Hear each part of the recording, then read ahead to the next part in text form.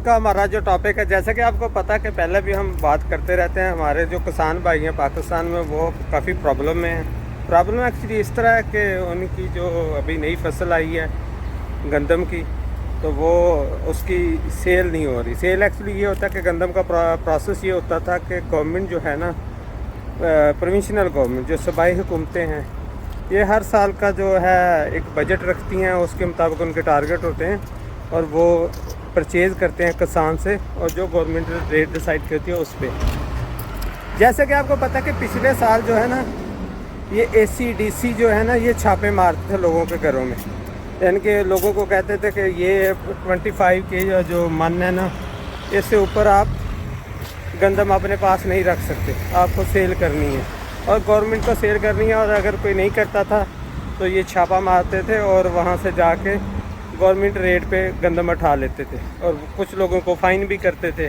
कि जी आपने कंपनी जो गवर्नमेंट पॉलिसी है उसको कंप्लायंस नहीं किया ना। लेकिन इस साल कुछ हालात डिफरेंट हो गए हैं।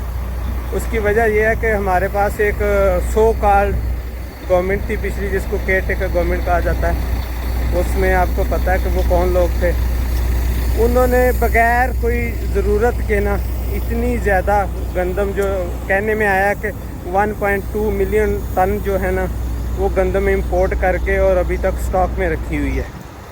अब उनको पता भी था कि ऊपर से नई फसल भी आनी है और हमें यही जो है नई फसल के लिए अपना टारगेट उतना ही रखना चाहिए जो उस डेट तक उनको ज़रूरत थी, लेकिन उन्होंने ऐसा नहीं किया।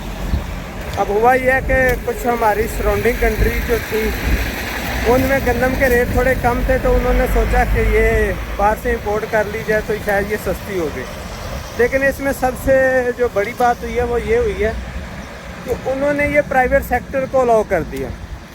तो प्राइवेट सेक्टर आपको पता है प्रॉफिट बेस्ड काम होता है उनका। तो उन्होंने वो 2600-2700 रुपये मन पड़ती थी पाकिस्तान में, उसकी जो रीच थी ना, जब वो यहाँ पहुँच जाती है तो उसकी कास्ट पड़ती थी। लेकिन उन्होंने आगे जो फ्लोर मिले हैं और उनको जो सेल किया वो तकरीबन 4600 या 4700 में सेल कर रहे थे। अब वो सेल तो कर दी और वो स्टॉक में भी पड़ी हुई है, क्योंकि उनका गवर्नमेंट के साथ कॉन्ट्रैक्ट थे कि हम इंपोर्ट करेंगे और आपने हमसे ही लेनी है। लेकिन अब नई हमारी फसल आ गई है और अब वो सेल नहीं हो रही, क्योंकि पहले ही स्टॉक में गवर्नमेंट ख़रीदेगी तो तब भी ये सेल होगी, क्योंकि ये फसल तो आती है एक साथ, ये विद इन द 15 डे या 20 डे के अंदर पूरी फसल मार्केट में पहुंच जाती है। लेकिन इसका जो यूज़ है वो पूरा साल होना होता है, तो इसलिए ये गवर्नमेंट स्टॉक करती थी। अब जो गंदम स्टॉक में पड़ी हुई है ना, वो एक तो उसका रेट है, एक उसकी फिनांस कास्ट है, यानी कि वो बैंकों से पैसा लेके ही उन्होंने स्टॉक की हुई है, तो उस पर बोरिंग भी 23% जो है ना वो पड़ रही है। तो हमारे साथ एक किसान भाई हैं जो कि रहते तो दुबई में हैं, लेकिन ज़मींदार पाकिस्तान में भी कर रहे हैं। तो ये है शकील साहब, ये एक्चुअली मैनेज करते हैं अपना जो ज़मीन इनकी उधर पाकिस्तान में है उसको। तो ये ज़रा बताएंगे कि क्या हालात हैं, ये ज़्यादा बेहतर जानते हैं। तो जी शकील साहब बोले। तो बात तो ठीक है नासिर भाई, जो आपने बात की है। हम इस पे नासिर भाई भी और काफ़ी लोगों ने इस पे व्लॉग किए हैं।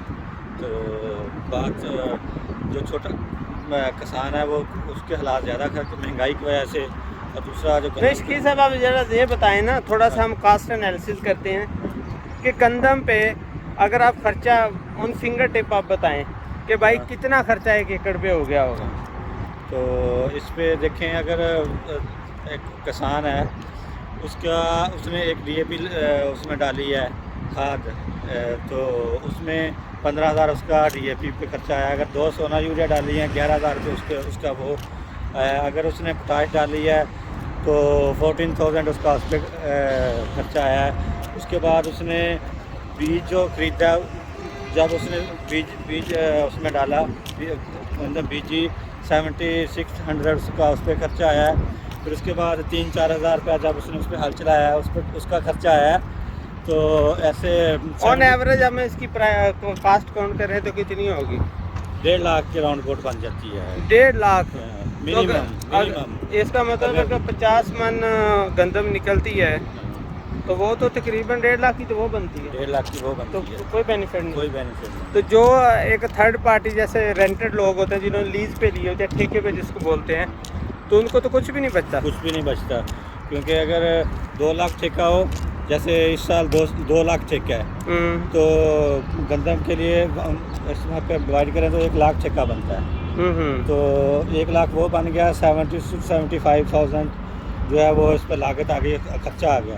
175,000 अगर बन गया तो 150,000 की वो 1.5 लाख की अगर उसकी फसल होती है तो उसको तो लेने के देने पड़ जाएंगे। नहीं, इसमें दूसरी ये बात है, जो कॉटन है वो तो नॉर्मली इस दफा लोगों को लॉस में ही रही है, लॉस में रही तो कॉटन ने तो वो लाख भी नहीं कवर किया जो ठेके वाला था। ठेके वाला, तो इस तरह तो ये बहुत मुश्किल होगी ज़मींदार। मुश्किल हो गया।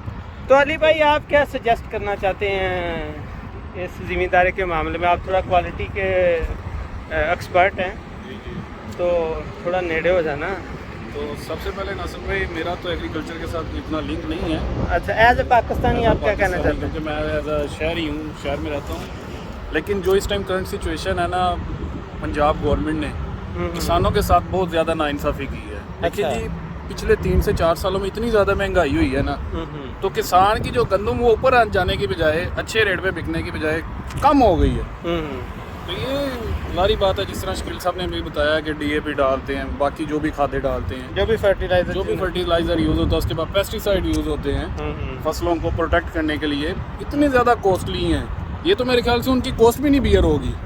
ऐसे ही है। तो पंजाब गवर्नमेंट पे को इस बारे में सोचना चाहिए कि किसान भाइयों का साथ दें, क्योंकि हम एज एग्रीकल्चर कंट्री अपने अगर किसानों को सपोर्ट नहीं करेंगे तो वो लोग कैसे कल को ज़्यादा चीज़ें हमारे लिए आपको प्रोड्यूस पता है, करेंगे। एक इंटरनेशनल फिलासफी चलती है, ग्रोअर जो है ना, जो किसान है, जिसने किसी को ग्रो करना होता है, उनको इनकरेज करने के लिए बाद दफ़ा गवर्नमेंट अपना लॉस करती है, सब्सिडी देती है, हाँ सही कह रहे हैं। सब्सिडी देती है। बाद दफ़ा आपने सुना होगा, ये बड़ी फेमस सी एक बात है कि अमेरिका हर साल अपनी पता नहीं कितनी गंदम समंदर में बहा देता है, सिर्फ इस चीज़ को, रेट को मेंटेन करने की, रेट ताकि maintain ज़मींदारों को Benefit अच्छा रेट मिले, ताकि मार्केट में चीज़ की एक्सेस शो ना हो, जिसकी वजह से उसका रेट डाउन हो।